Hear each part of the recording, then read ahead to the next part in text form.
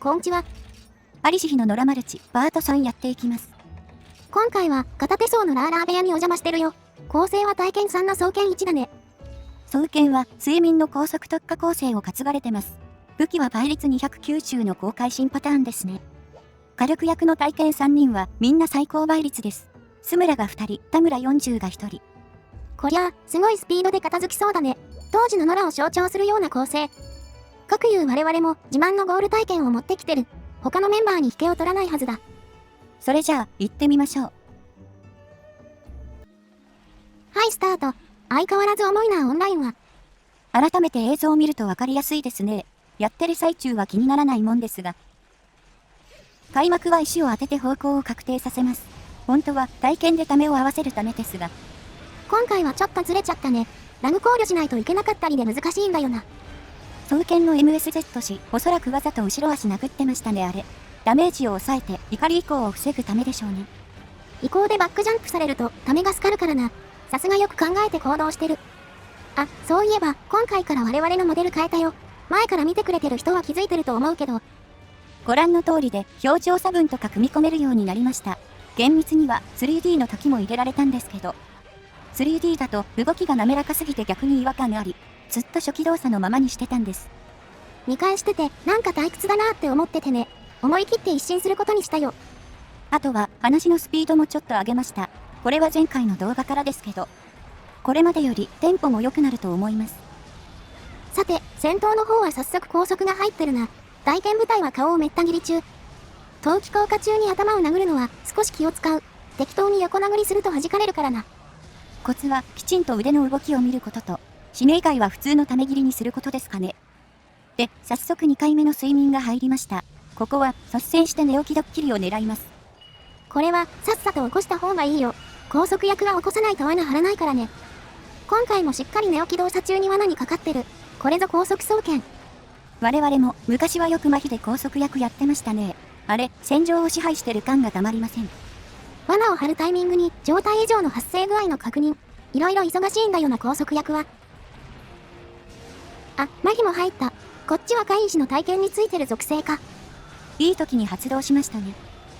さあ、あっという間に1投目が終了です。交戦時間は2分もありませんでした。初動ちょっとミスっててこれだもんな。双剣の高速力と体験の火力のなせる技。はい、早速2投目に参ります。今度の初動はどうか。ほら、石でも食らえ。またちょっと合わなかったな。だいたい振り向け切った時がため始めの合図なんだが。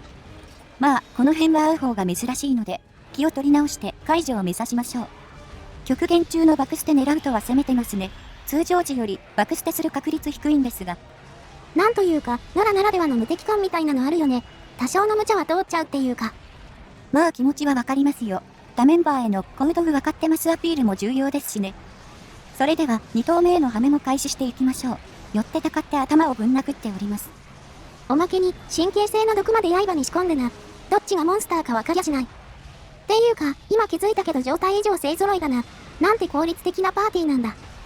全然意図してませんけど、いいですねこれ。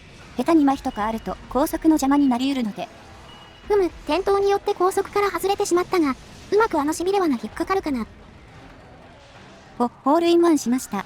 飛んで火にいる夏のラージャン。ゴロワンル。高速の時はなるべく頭に行くようにしてたが、どっちが効率的かは微妙なとこだな。ラーの後ろ側にいたりすると、移動のロスで攻撃回数減ったりしますもんね。余計なこと考えずに適当に殴った方が早かったりします。臨機応変にですな。はいや、もう終わったのかよ。クリアタイムは4分28秒でした。さすがに段違いですね。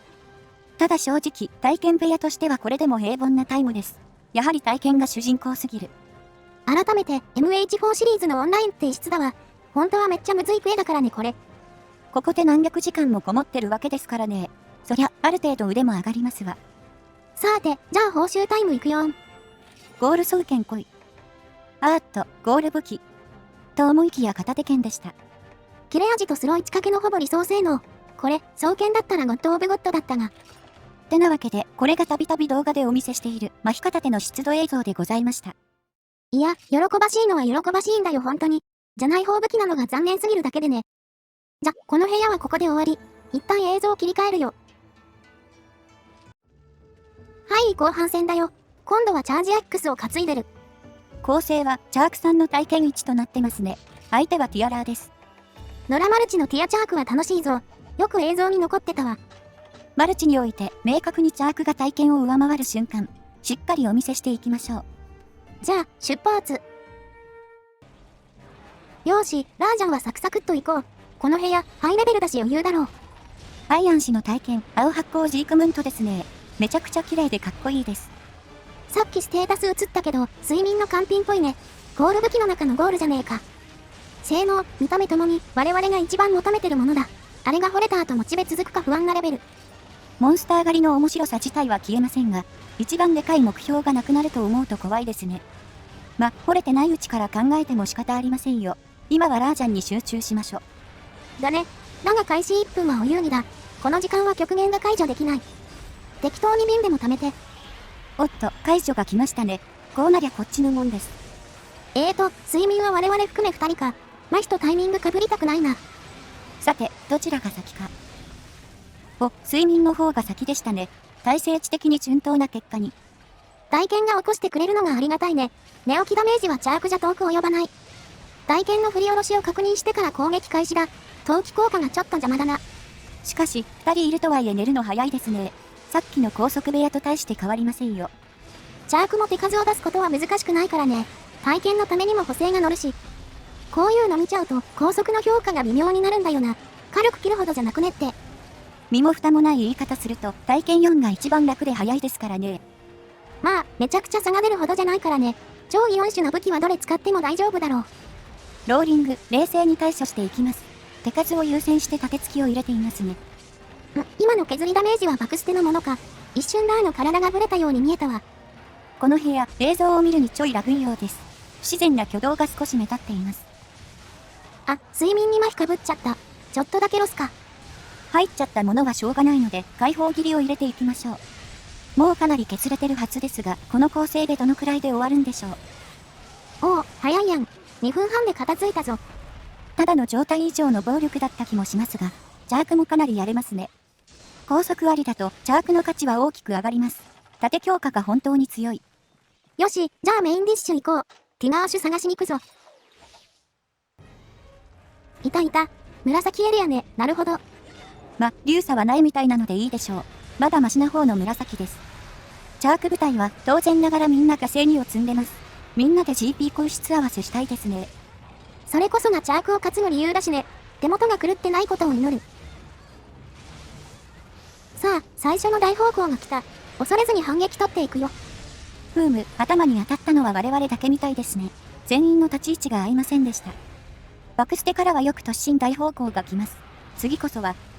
よし来た。みんな、呼吸を合わせろ。GP、高、出力。いやー、素晴らしい。これぞマルチプレイの醍醐味。ぶっちゃけ、高速とかよりこっちのがマルチ感あるよな。心が通じ合ってるような。アクション自体に一定のスキルを要しますから、上級者同士の一体感みたいなのがあるんですかね。で、睡眠からの起こし役は体験がやってくれてます。こう見るとめっちゃバランスいいですね。チャーク2人が吹っ飛ばされた。こけて GP が出せなかったか。恐竜開口が入ったので、キャンプ送りは避けられてますね。2枚抜きされるところでした。どうやら回復せず削り切る方針のようです。ダメージは足りてそうですが大丈夫でしょうか。おお、なんか最後いろいろ起こったな。終わったから何でもいいけど。風待ちし、捨て身の放出でしたね。いい判断だったと思います。というか、ティガ戦はマッハで終わりましたね。交戦時間1分半もありません。全員、装備と PS がしっかりしてる証拠だね。ラージャン戦ですでに分かってたが。これ、録画データに残ってた唯一のチャークティアなんだ。うまくいった回でよかった。映像として気分いいものなのは良かったですが、これ見るとまたやりたくなっちゃいますね。それは言わない約束よ。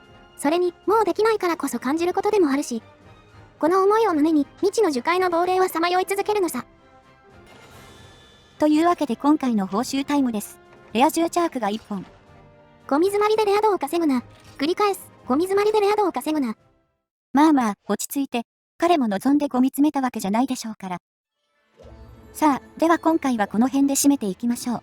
この部屋はここで解散になっています。新しいスタイルでの動画1本目、どうだったかな。